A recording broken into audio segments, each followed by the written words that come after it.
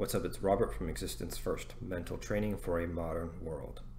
Today I was watching some musical performances from the 1960s, the old black and white stuff on YouTube, and I really love that music. It transports me to a whole different world, a whole different time era, but it really triggers the philosophical thoughts. So let me ask you a question. If you were to go back in time to the 1960s, would it be very clear to you how you would operate? Like, is it clear what values you would have? Is it clear what you would stand for? Is it clear how you would go about interacting with others? What sort of standard of ethics you would hold yourself to? For me, when I do that thought experiment, it's crystal clear. I almost want to go back to the 1960s just so I could be me in a different time era and see what happens. But it's very clear to me, my essence. Now, a quick side note. When I say essence, I'm using the Existence First philosophy, which is an existentialist philosophy. So that means that your essence is created. So you create your essence by doing certain actions, choosing how to act, how to behave. That in turn creates your essence. Okay, back to the story now.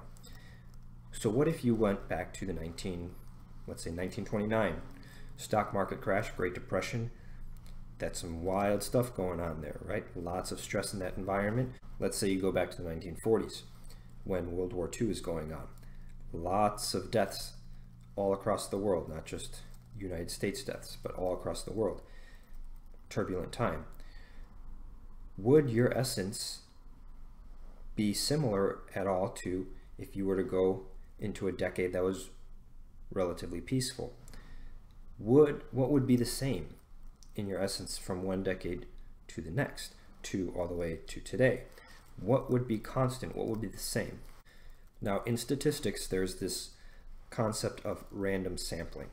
So let's apply it to a manufacturing setting and pretend like we're looking at an ice cream store, or not a store, a factory, that produces ice cream along an assembly line.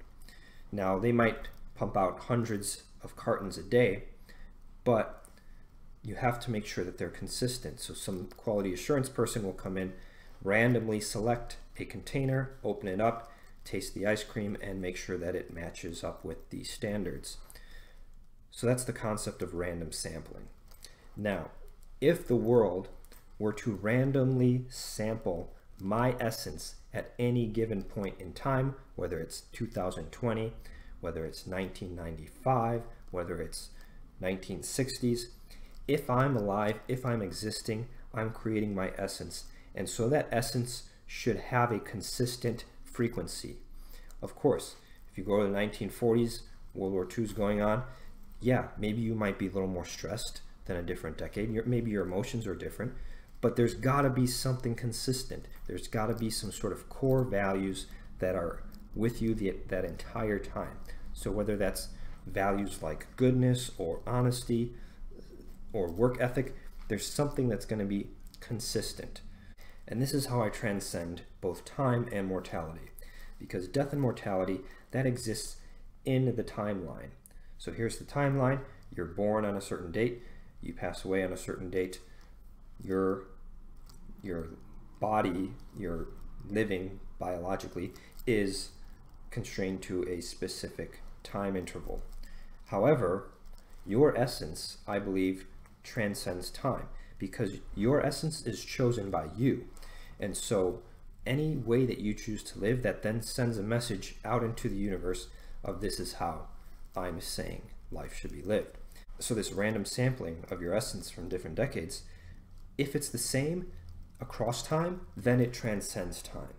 If you sample me living in the 1940s, and then you sample me living in the 1980s, and you're like, boom, wow, this is how it tastes. This is the flavor of my existence. This is how I go about living life. Then you see that this is a whole different realm we're in now. That's how I transcend time, okay? Bodies die. Bodies stop working biologically at a certain point. But the memory of someone, that's forever. What they stood for, that's forever. The values that they displayed through their chosen actions, that's forever. It's a completely different realm than this timeline realm. Okay, so there's layers to reality. Seek for those higher layers. or if you want to invert it, those deeper layers. Let's not live at the surface, let's live in the depths or in the heights, because that's where we belong with the brains that we have. Think deeply and put your existence first.